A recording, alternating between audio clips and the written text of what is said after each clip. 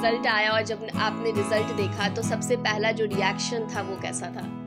मैं घर पर नहीं थी कल और रिज़ल्ट आया तो घर वालों ने सबसे पहले रिज़ल्ट देखा और उन्होंने ही मुझे फ़ोन करके मुझे बताया कि तुम्हारा सिलेक्शन हो ये गया है। जो मोमेंट है ये सबसे ज़्यादा कह सकते हैं कि खास और इमोशनल जो है एक पिता के लिए होता है जब उनकी बेटी जो है वो इस मुकाम पर पहुंच गई। कैसा लग रहा है सर आपको? बहुत खुश है। मुझे बेटा बहुत खुश है। आज हमारे बेटा बहुत खुश हैं। उनका वहाँ उनकी मम्मी का बहुत बड़ा हाथ है, क्योंकि उसको एकदम किचन में बहुत मुख्तसर थोड़ा सा घुसने देती थी। जी हाँ, तो मेरा चयन CDPO के पद पर हुआ है और अभी 67th के लिए मैं बिहार एडमिनिस्ट्रेटिव से मेरा सिलेक्शन हुआ। उनका सपोर्ट बहुत ज़्यादा रहा है, बहुत उनके सपोर्ट के बिना इतना यहाँ तक आना पॉसिबल नहीं था। नमस्कार, फर्स्ट भी आज झारखंड देख रहे हैं आप। मैं हूं आपके साथ सना रमन। आपको मालूम है कि 67th BPSC का फाइनल रिजल्ट आ चुका है और बिहार भर में बेटियों ने अपना परचम लहरा दिया है। इन्हीं बेटियों में शामिल हैं शगुफ्ता परवीन, जिन्होंने 209 रैंक लाया है, बड़ी सफलता हासिल की है। तो इस वक्त हम शगुफ्ता के साथ मौजूद हैं और सीधा उनसे बातचीत करेंगे और उनसे जानने की कोशिश करेंगे कि किस तरीके से उन्होंने तैयारी की और क्या कुछ जो संघर्ष है वो रहा। शगुफ्ता, सबसे पहले तो बहुत बहुत बधाई, बहुत बहुत शुभकामनाएं। कैसा लग रहा है? Thank you so much. बहुत अच्छा लग रहा है और मैंने तैयारी शुरू की थी और आज मुझे सफलता मिली है। तो मुझे ऐसा लग रहा है कि मेरी जो जितनी मेहनत थी, ये पूरा स्ट्रगल, आज मैं सफल हो पाई हूँ। तो बहुत खुशी है, बहुत ज़्यादा मैं खुश हूँ। जब रिजल्ट देखा कल, जब शाम में रिजल्ट आया और जब आपने रिजल्ट देखा तो सबसे पहला जो रिएक्शन था वो कैसा था? मैं घर पर नहीं थी कल और रिज़ल्ट आया तो घर वालों ने सबसे पहले रिज़ल्ट देखा और उन्होंने ही मुझे फ़ोन करके मुझे बताया कि तुम्हारा सिलेक्शन हो गया है। तो मैं पूछने लगी किस में हुआ है, तो उन्होंने ही कहा कि तुम्हारा सिलेक्शन हुआ है बिहार एडमिनिस्ट्रेटिव सर्विसेज में। और बहुत ज़्यादा मुझे खुशी हुई, यकीन नहीं हो रहा था, लेकिन मैं बहुत खुश थी। पापा मम्मी का हमेशा से यही सपना रहा और हमेशा से मैंने चाहा था कि बिहार एडमिनिस्ट्रेटिव सर्विसेज में मेरा सिलेक्शन हो, मैं अपनी सर्विसेज में अपना योगदान दे सकूं। तो बहुत खुशी हुई मुझे। कैसा रहा ये पूरा जर्नी? किस तरीके से आपने स्ट्रैटेजी बनाई, क्या संघर्ष, पूरे सफर के बारे में बताइए। मैंने ग्रेजुएशन किया। ग्रेजुएशन के बाद मैंने अपनी तैयारी शुरू की सिविल सर्विसेज की। और पहले तो मैंने देखा कि इसका सिलेबस क्या है, प्रीवियस ईयर्स क्वेश्चंस देखे, उसके अकॉर्डिंग मैंने बुक लिस्ट तैयार किया और अपनी बेसिक्स पर सबसे पहले मैंने ध्यान दिया और उस पर कमांड किया। बेसिक्स जैसे NCERTs मैंने GS के सारे फॉलो किए। उसके बाद मैंने स्टैंडर्ड बुक्स पढ़े हैं, लाइक पॉलिटी के लिए लक्ष्मीकांत है, हिस्ट्री के लिए स्पेक्ट्रम, अगर इकोनॉमिक सर्वे पढ़ा है जो कि बिहार इकोनॉमिक सर्वे बहुत इंपॉर्टेंट होता है GS2 के पॉइंट ऑफ व्यू से। और इसमें प्रीलिम्स में भी उसमें क्वेश्चंस आते हैं। इस एग्ज़ाम के 3 फेजेस हैं, प्रीलिम्स, मेंस, इंटरव्यू, और तीनों के लिए अलग अलग स्ट्रैटेजीज़ होती हैं। लाइक प्रीलिम्स में आपका एग्ज़ाम MCQ के बेसिस पर होता है, तो उसके लिए मैंने फॉलो किए बुक्स और टेस्ट सीरीज़ ज्वाइन किए। टेस्ट सीरीज़ से मुझे एक डायरेक्शन मिला कि मैं तैयारी कैसी कर रही हूँ और मुझे क्या और इम्प्रूवमेंट करने की ज़रूरत है। मेंस में मैंने आंसर राइटिंग प्रैक्टिसेस किए और उसके बाद आंसर राइटिंग के लिए मैंने टेस्ट सीरीज़ ही ज्वाइन किया, ताकि मुझे खुद जहाँ टीचर्स होते हैं वो इवलुएट करते हैं और मुझे खुद पता चल सके कि हाँ मुझे और क्या इम्प्रूवमेंट की ज़रूरत है। उसके बाद इंटरव्यू की तैयारी हुई और उसमें मॉक इंटरव्यूज़ दिए मैंने। तो इसके अलावा एक प्रॉपर स्ट्रैटेजीज़ मेंटेन करना सबसे ज़्यादा ज़रूरी है। अपने सिलेबस और प्रीवियस क्वेश्चंस को हमेशा देखते रहें ताकि आप एक के सही डायरेक्शन में जा सकेंगे। अपने स्ट्रैटेजी की बात की, ये कहा जाता है कि किसी भी बड़े एग्जाम में सफलता लाने के लिए, सफलता पाने के लिए काफ़ी घंटे की पढ़ाई करनी पड़ती है, काफ़ी ज़्यादा समय देना पड़ता है। क्या वाकई में ऐसा है या फिर स्ट्रैटेजी ही काम करती है?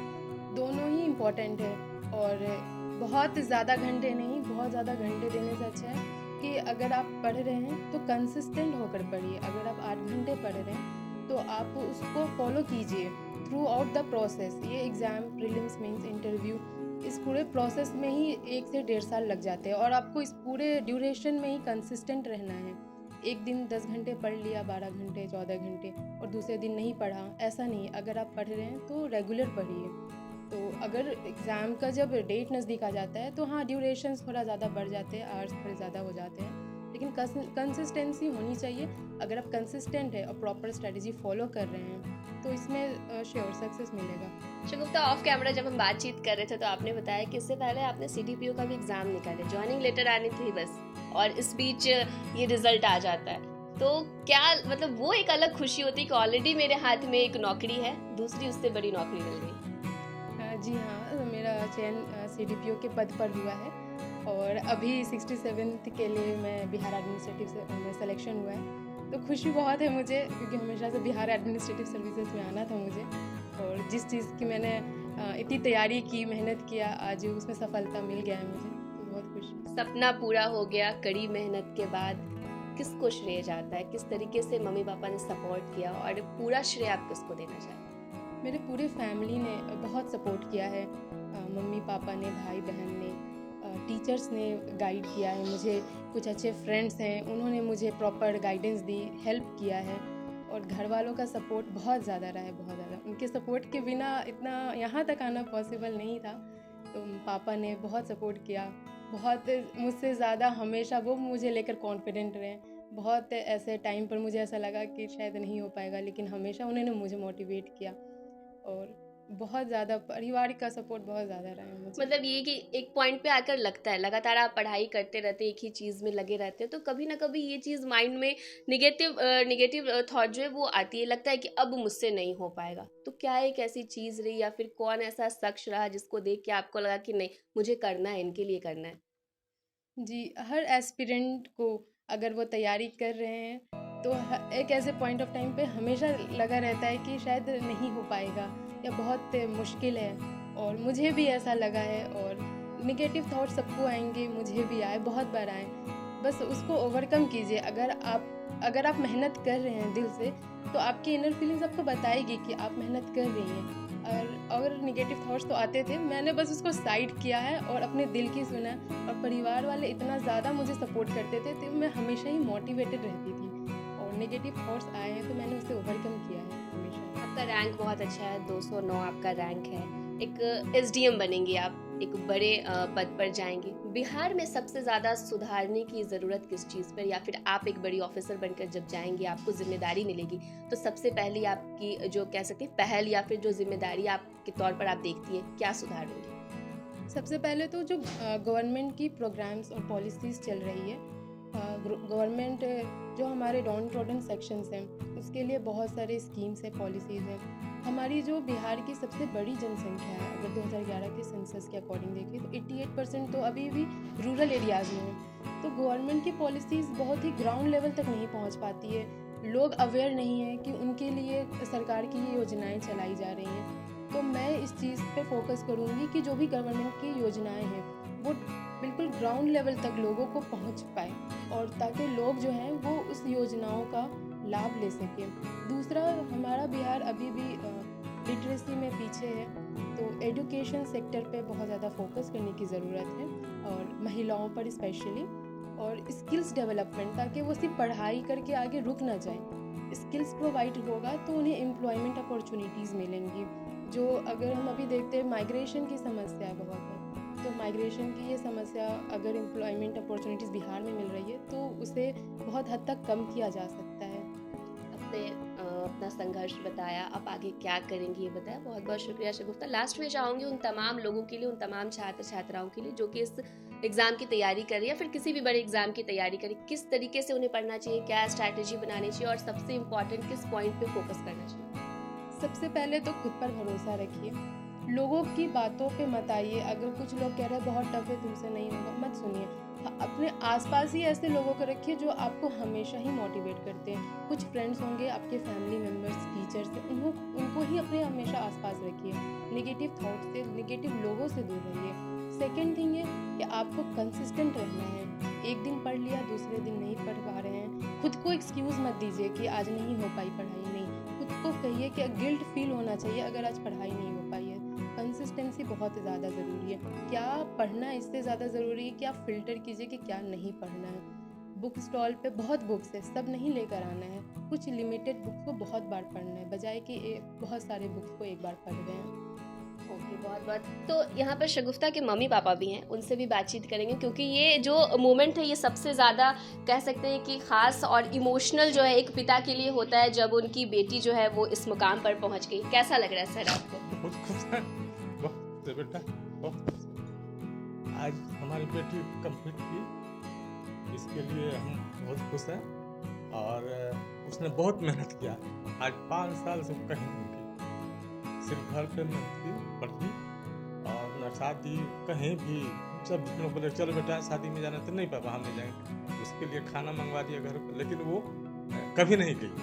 5 साल से वो लगी है इसमें, और आज उसकी मेहनत जो है उसको कामयाबी तक जाए, ये खुशी के आंसू हैं। देखिए शगुफ्ता के पिता अभी काफ़ी इमोशनल हो चुके हैं। आप देख सकते हैं कि मतलब आंखों में आंसू है और एक गर्व जो है वो भी महसूस हो रहा है कि बड़ा संघर्ष उसने किया।